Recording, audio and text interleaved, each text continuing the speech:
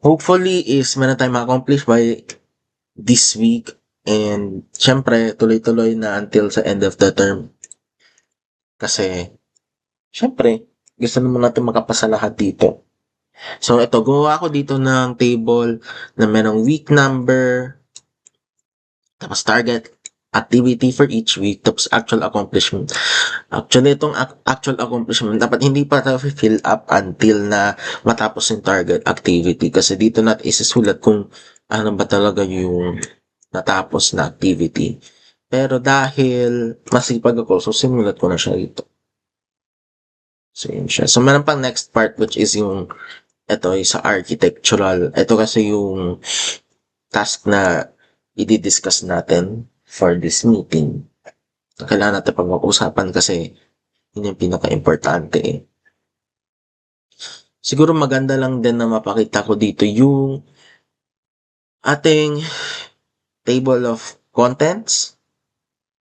So, ipapost ko lang tong recording na to kasi hanapin ko yung table of contents nung kila Ate Molo para meron lang tayong reference. Okay, so wala yung table of contents. So, i-base na lang siguro natin dito sa papel nila which is chapter 1 yan. So, chapter 1 is the project background. So, meron silang ito, yung mga headings na to, yung mga project description, ayan, project objectives, client. So, yun. Ito siya. So, syempre dito sa project background, dito manggagaling yung ating project.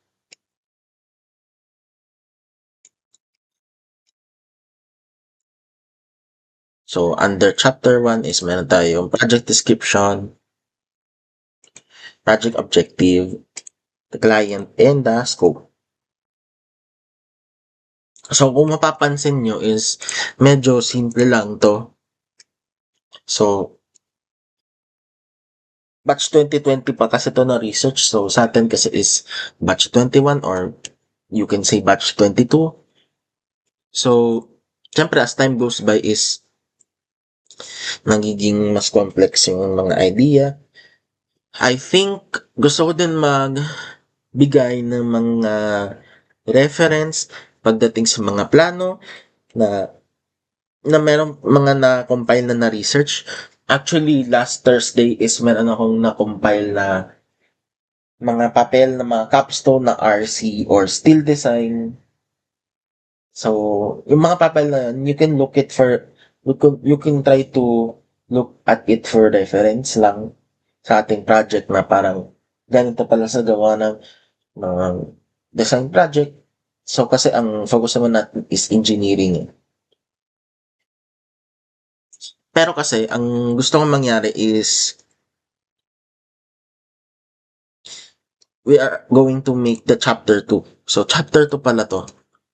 This is chapter 2, design inputs. So, yung sa design inputs, it involves sa architectural plans, yung mga floor plan, na ito siya yung floor plan, tapos meron tayong elevation, and then meron tayong section plan. So, ang plano ko kasi dito sa atin, ang goal natin for this week is to revise the architectural plan. So, I will show later kung ano yung naiisip ko sa ating architectural plan, ano yung pwede mabago. Ayun. So, nandito din yung ating structural plan pagdating sa RC. Ano meron din tayong steel. Pero syempre sa steel, hindi naman babago masyado yan.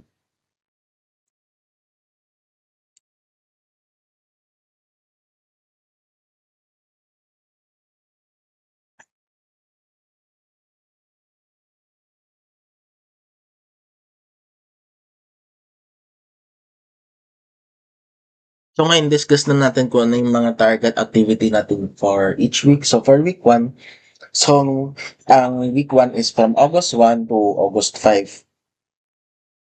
And ang target activity natin is, yun nga, as I said before, is to revise the architectural plan.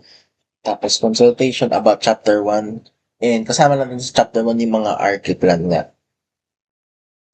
So, pagkatapos nun is na-revise natin yung concept para sa ating science and technology building. So, kung iniisip niyo ano ba yung magiging revision natin sa architectural plan. So, napag-usapan naman to ni Trish nung Wednesday eh. Tapos, yun, sabi niya is, what if try natin lakihan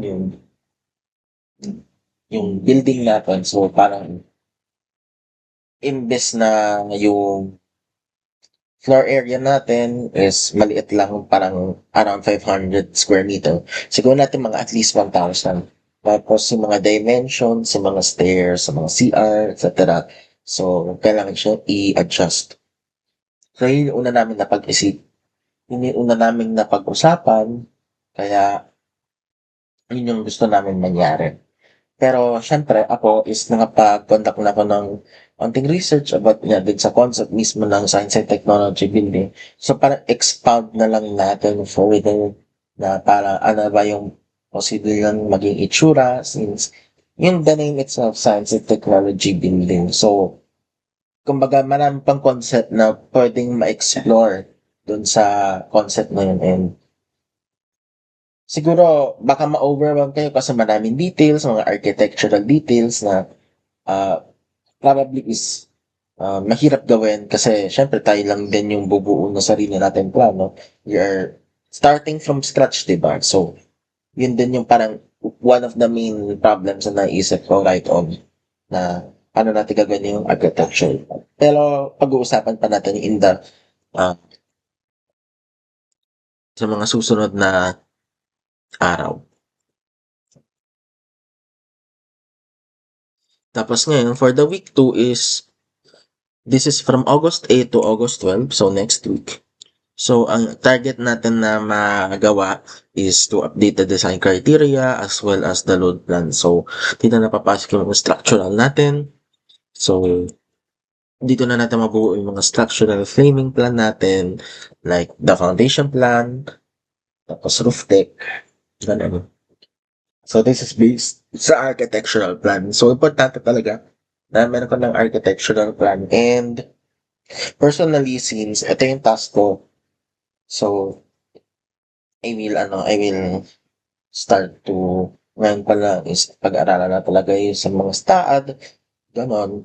So, puro self-study yung gagawin.